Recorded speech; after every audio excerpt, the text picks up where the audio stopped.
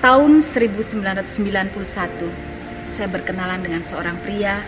Secara cepat dia melamar saya, saudara, hanya dalam waktu 3 bulan. Dia katakan mau menikah dengan saya. Tetapi ketika itu saya masih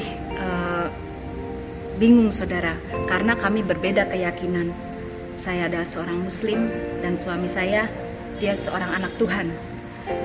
Lalu saya berikan pilihan kepada calon suami saya. Saya katakan, boleh menikah dengan saya asalkan kamu menikah secara KUA, artinya secara Muslim.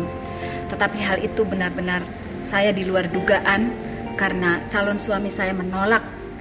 Dan dia katakan, saya tidak akan pernah mengkhianati Yesus saya. Sejak saat itu kami sempat bubar, saudara.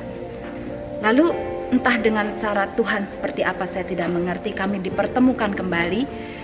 Dan saya mengambil keputusan untuk okelah kalau begitu saya nggak apa-apa, saya dinikahkan secara Kristen. Akhirnya singkat cerita kami menikah secara Kristen, saudara. Tetapi saat itu saya masih melakukan segala sesuatunya sesuai dengan iman kepercayaan saya, saudara. Saya masih melakukan sholat 5 waktu dan suami saya juga ke gereja, saudara. Kami masih berbeda keyakinan. Satu hal yang membuat saya berubah, saudara, ketika itu saya sedang mengandung dan usia kandungan saya tepat 9 bulan. Dan hari itu tanggal 5 Maret saya masih ingat, saudara, saya mengalami kontraksi, artinya saya mau melahirkan. Dan saya dibawa ke rumah sakit. Tetapi masalahnya saat itu pula, saudara, saya mengalami sakit tipes. Ketika di ruang kamar bersalin, disitulah, saudara, saya bergumul.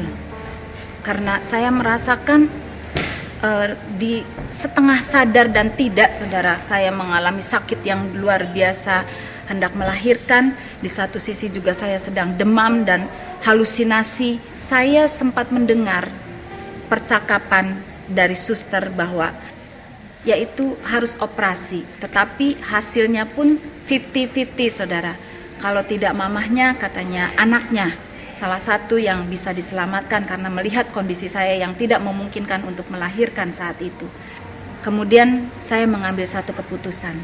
Saya katakan, Yesus, jika Engkau Tuhan, nyatakan kuasa-Mu, tunjukkan kepada saya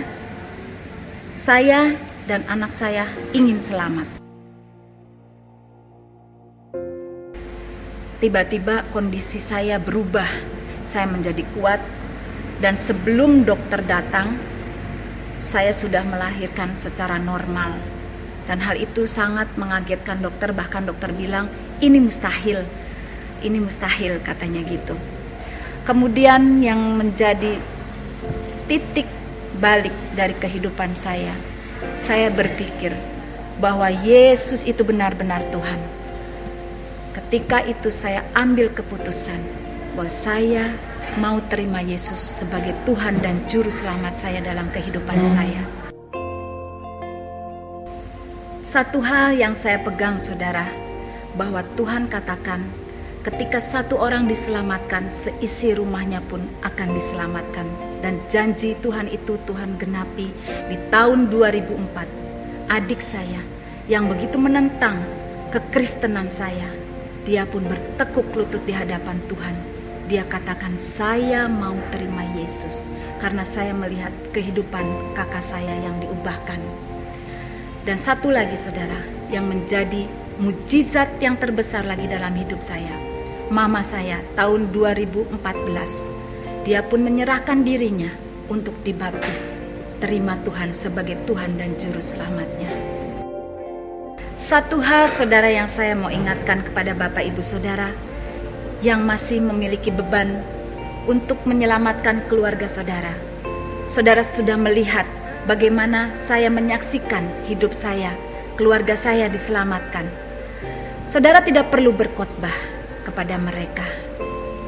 Khotbah yang sesungguhnya adalah hidup saudara sendiri.